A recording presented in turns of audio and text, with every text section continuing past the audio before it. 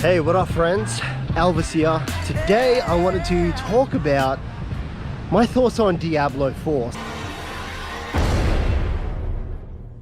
So I've had a lifelong relationship with Diablo. The very first game I ever played on PC was Diablo 1 ages ago, years and years ago. I was a massive fan of Diablo 2, played it for thousands of hours, and Diablo 3 as well. Not something that I've been interested in the last couple of years, but I've still got that passion, that love for it. So to hear the Diablo 4 announcement was exciting. But there's more layers to it anyway. So first of all, I want to talk about the classes that are in the game as well. So we've got the Barbarian, the Druid, and the Sorceress. Couple of interesting things here about this. So the Sorceress is a throwback to the Diablo 2 Sorceress. They didn't use the Wizard from Diablo 3, and it's clear that they are going down that Diablo 2 path, which is fantastic. Anyone who's a Diablo fan, nostalgia or not, it just was a much better game anyway. They've included the Druid into this game. So the reason why that's interesting is because the Druid, whether you believe it or not, was the least popular hero in Diablo 2. And you can find these stats reflected in the ladder. It was always the Paladin was number one, the Barbarian and the Amazon were very popular as well. The Druid was last, then the Assassin.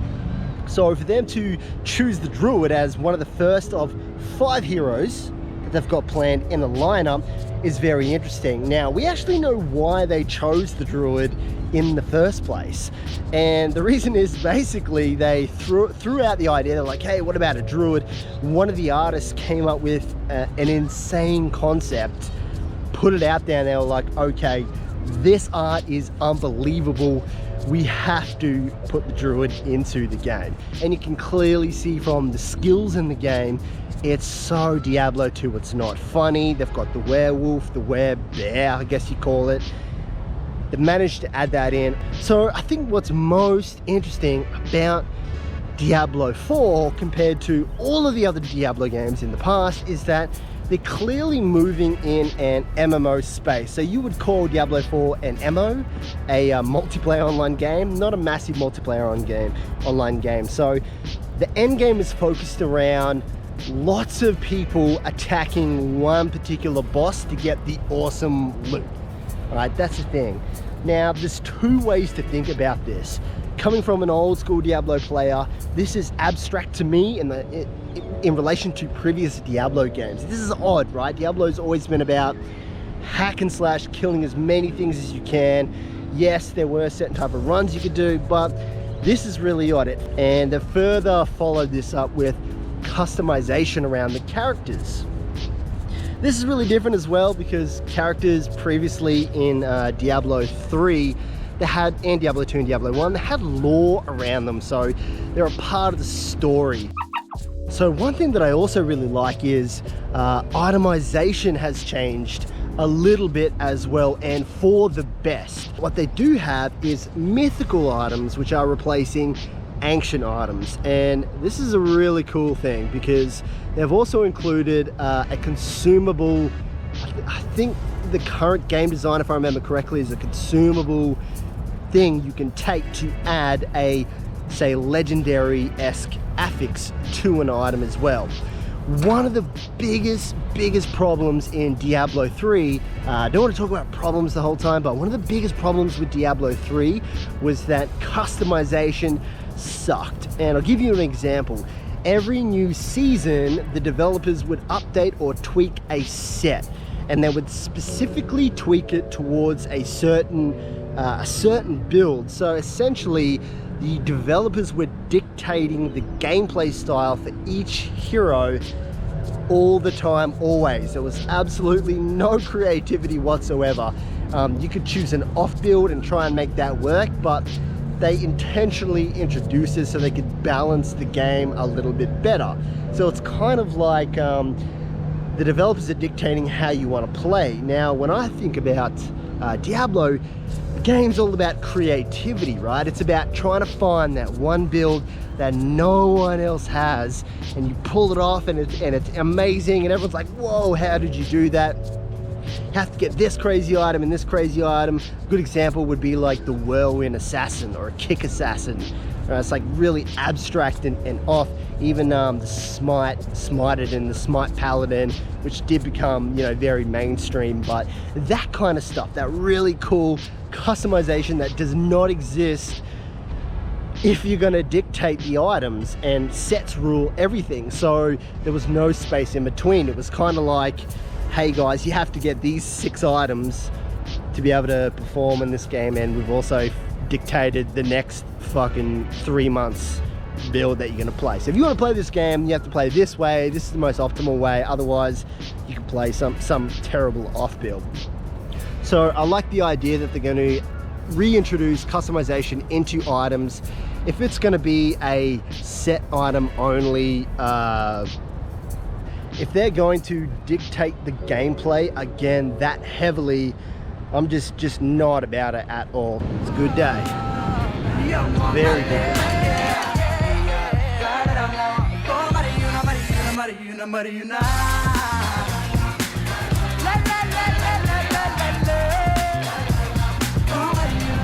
Hey, you, get out of there. Hey, I know you're in there, mate. Come on, get out. They want the game to feel a little bit more open world. So here's the thing though, Diablo 2 was way more open world. When you compare it to, say, Diablo 3, it's quite linear, but it had that feeling of you could go anywhere. There are a lot of dead spaces. It's still linear, but it's kind of open world, if you know what I mean. Diablo 4, on the other hand, is pretty much the same thing. It's not exactly what you would call open world, but the actual landscapes themselves are big enough to make it feel like that.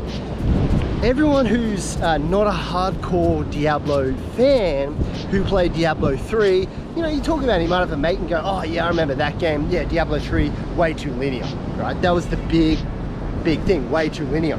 The world map is enormous. So the idea that the maps are going to be a little bit bigger is fantastic. Now, what I've also heard is that Blizzard still want the map to be desolate. They still want it to feel like it's this big, dangerous, you know, open world space. So what they're actually doing is they're opening up servers in a very unique way. So for example, there might be 100 people on one particular server, but what they'll do is they will hide, say, 50% of the players that are in that game. So you might be in a 4-stack running around trying to find some boss. There might be 3 other teams around you that you cannot see. They're completely invisible, their own monsters. They're still in the same server, but just different instances. So it's going to make the game still feel anti-MMO, right? It's like they don't want it to be like this cool fucking Club Penguin social club. Hey, let's go on Diablo and just, you know, meet up with everyone. It's definitely not going to be like that. Yeah, they're also reintroducing trade back into the game, which is a huge part of this game. Whether you want to believe it or not, some people just play these type of games for trading, and I mean, rightfully so. I mean, it's fun, right? It's why you've got so many games revolving around economics, like all these you know, team simulator, or in your own basketball team, and there's an interest in making artificial wealth. So they've also added in verticality, kinda, if you know what I mean. Like they've got quick animations, so you can essentially go down a you can go down a cliff face, click on it, and it will drop you down that space. Honestly, this is not a big thing. It makes for really good gameplay trailers, but at the end of the day, it's just fluff, right? It's not like you can jump in Diablo. It's not like you can, you know, climb walls unless they trigger a certain animation. It's not an open world experience on that level when it comes to verticality. I think a really good approach to take with this new Diablo game is you really got to take it for what it is. Me personally, I'm just going to enjoy the journey and to see what they bring out. How much fun can I have with this game? When it releases, am I going to buy it? Of course I'm going to pick it up. It looks fantastic. You know, I'm a little bit older now. I like my tastes have changed in gaming. Diablo's an old concept. It's an old franchise. It's an old concept. So let's just go along with the journey. Let's see what Blizzard do. Let's see how they make this game fun and entertaining, because I want to be entertained. Entertain me, Blizzard. Bring out a really cool game. What doesn't make Diablo fun is, hey guys, here's the new patch, here's the new set. All you got to do is get these 6 items and you're now, you've got the best set in the game. You have to play these skills to be able to play that set. And also from now on, for the next 2 months, you spend 1 month getting all your gear. So you've got 2 months left to essentially add 0.1% or, you know, 1% on that one stat, or, you know, just garbage, right? Just garbage. This doesn't feel good. We need to give up the fucking communism approach. That's what it is, right? This time in Broadbeach, where we're at right now on the Gold Coast, it's basically dinner time. Everyone's stacking up the restaurants to buy food. A couple of pubs open with a lot of the games going on, a lot of AFL games and soccer games and that kind of stuff. I'm just gonna have one more beer and head home to play some Overwatch.